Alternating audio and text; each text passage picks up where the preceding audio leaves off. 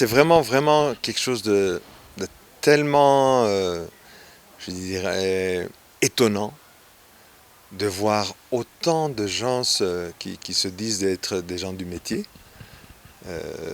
spécialisés dans les enquêtes en plus, investigation journalistique, et de nous sortir quelque chose qui en fait, c'est peut-être parce qu'eux ne suivaient pas l'actualité, mais c'est des dossiers qui sont sortis au fur du temps ces dernières années.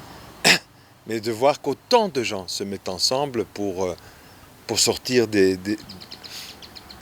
théories, mais voir autant de gens ne pas avoir cette sensibilité plutôt, je m'excuse, sensibilité de voir qu'il y a, cette dose de racisme, ce filtre raciste qui... Vous savez, quand les journalistes européens parlent enfin des occidentaux plutôt, quand ils parlent des États africains, dans ce cas-ci bien concret, je veux dire, quand on présente quelqu'un qui fait partie de cette première enquête que j'ai vue je crois que sur la RTBF, qui parle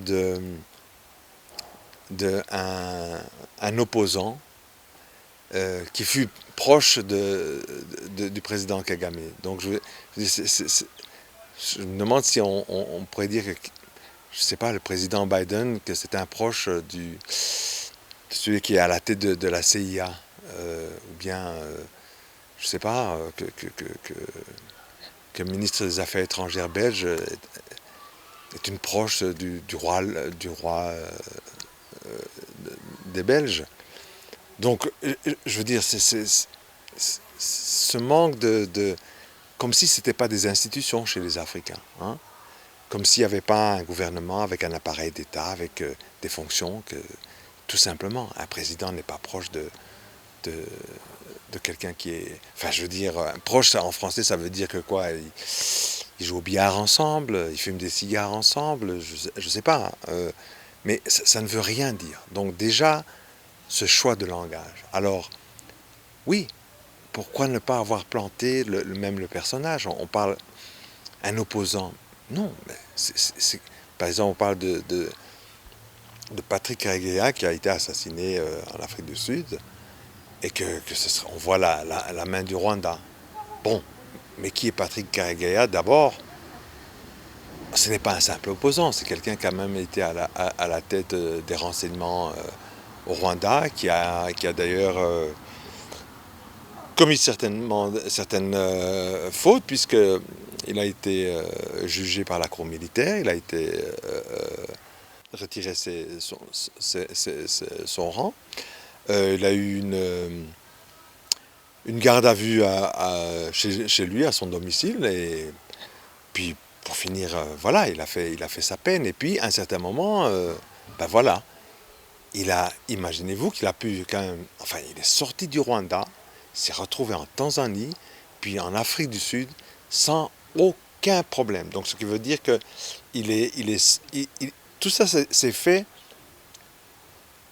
avec l'appui d'une puissance étrangère pour pouvoir faire ce parcours comme ça, et directement prise en charge par les services en Afrique du Sud. Parce que c'est ça, comment ils vivent en Afrique du Sud. Cette histoire, cette enquête ne le dit pas. Ce que cette enquête ne dit pas non plus, c'est que ils ont formé, lui et un autre ancien militaire, qui est dans le documentaire, le Kayumba. Ils ont formé quand même un groupe terroriste qui s'appelle le RNC, le Rwandan National Convention, avec d'autres gens qui sont aussi dans plusieurs images que j'ai vues, et que cette organisation a déjà paru dans plusieurs rapports, entre autres de l'ONU au Congo. Donc pour ne pas oublier que de toute façon, aux portes du Rwanda, au Congo, il y a des groupes armés qui voudraient en fait créer la terreur au Rwanda et venir attaquer le Rwanda. Et le RNC en fait partie. Il faisait d'ailleurs partie d'une association de plusieurs groupes qui s'appelle le P5. C'est dans les rapports de l'ONU. Donc tout ça, on n'en parle pas. Donc, je veux dire qu'au Rwanda aujourd'hui, on jouisse d'une sécurité pratiquement, je dirais, presque pratiquement à 100%. Je veux dire, on se balade dans la rue, on n'est pas attaqué par des voleurs, on n'est pas importuné par la police sur la rue, ni des militaires. Tout ça, et on n'a pas d'autres troubles dans ce pays. Mais évidemment, c'est parce qu'il y a des institutions qui fonctionnent. Maintenant, qu'il y ait des gens qui veulent, en fait, d'une façon brutale et violente, mettre fin à l'espace politique qu'il y a pour l'instant au Rwanda, c'est une évidence. Et ces gens qui sont dans ce reportage, d'autant de médias ensemble, ne le mentionnent pas. Donc, ils sont d'office perçus, enfin, censés être perçus comme victimes de quelque chose de malveillant qui vient du Rwanda. Bon, donc, je veux dire, tout ça, c'est vraiment... Ce qui est bizarre aussi, c'est quand même ce qui est passé en Belgique, c'est que ça permettrait presque de normaliser le fait que la Belgique, en fait, a quand même commis un acte politique vis-à-vis du Rwanda, puisqu'ils n'ont pas voulu prendre un ambassadeur, enfin accepter sa nomination, en se couvrant du fait qu'il y aurait un cas judiciaire dans la justice belge qui le concerne, mais jusqu'à nouvel ordre, non. Il y a une enquête qui est en cours pour 2 Belges, dont un Rwando-Belge, qui ont été tués, mais il n'y a rien dans l'enquête jusqu'aujourd'hui qui pointe vers l'ambassadeur, il n'y est même pas nommé.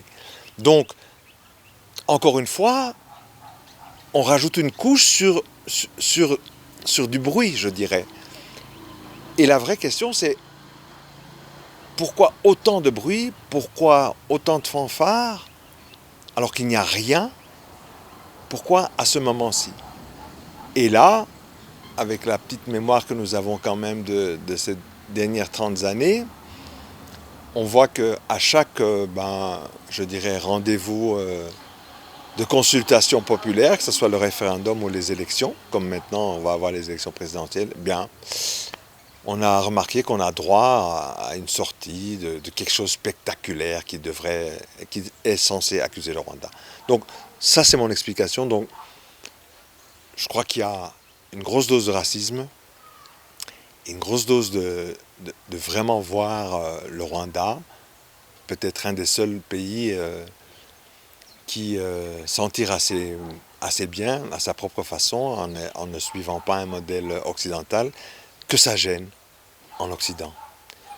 Je simplifie peut-être les choses, mais c'est mon point de vue en ce qui concerne cette sortie tellement théâtrale.